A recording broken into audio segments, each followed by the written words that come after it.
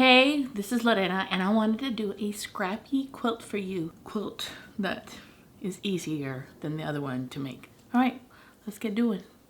To do this scrappy quilt, you're gonna need 12 fat quarters. My recommendation is that you get 4 different colors, but of the same color. So like I got blues that had just a different look or texture. So I got blue, aqua, and yellow, and a background lighter color.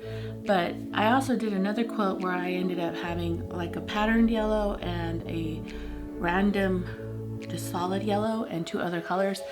The scrappy quilt ended up more yellowy, which is okay. It looks beautiful. All right, let's talk about cutting your fabric. What I ended up doing is opening the fat quarter and laying it on my mat and ironing the fat quarter.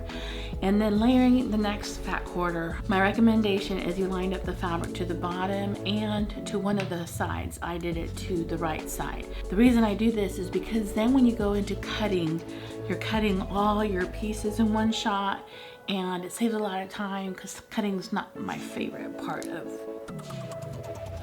quilting, okay? What I ended up doing is I cut myself a nice long rectangle, 4.5 inches. And then I also cut my next piece, which we're gonna get to on the next one, but I cut it here at the same time, so when I moved the fabric didn't shift when I was moving it. This way it's all aligned and I know it's clean and it's a clean cut.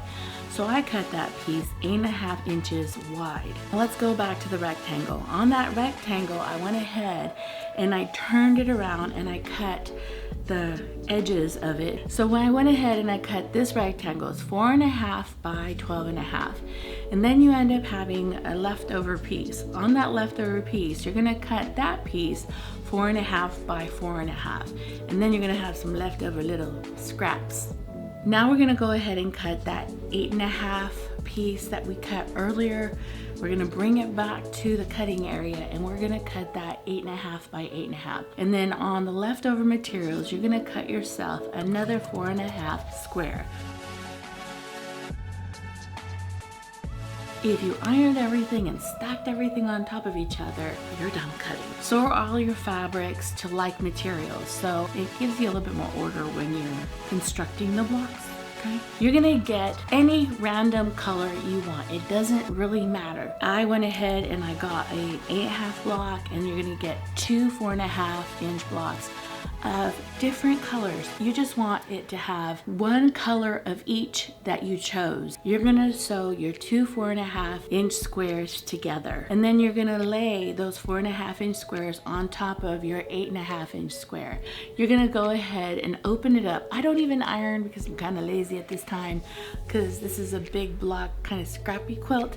And go ahead and lay your rectangle on top of it and sew that rectangle, and this is what the block looks like. Let me just say this, these blocks went by in less than maybe an hour. When you finish all your blocks, make sure you iron them off. I got 2 blocks, put them together, and got the next 2 and put them together. Make sure that you're random coloring, scrapping them up. And I ended up having my 2 rows and I sewed them together. I went ahead and I pinned those kind of seams together, and then sew your row and then get the next row and sew it. And then I went ahead and I ironed the seams in one direction and made sure that everything was ironed. Also, now I'm going to share a video or a picture, yeah, it's a video of a quilt that me and a friend did. She used a patterned yellow and a solid yellow. So this quilt has a lot of solids, but you can also see the rotation and the different scrappiness.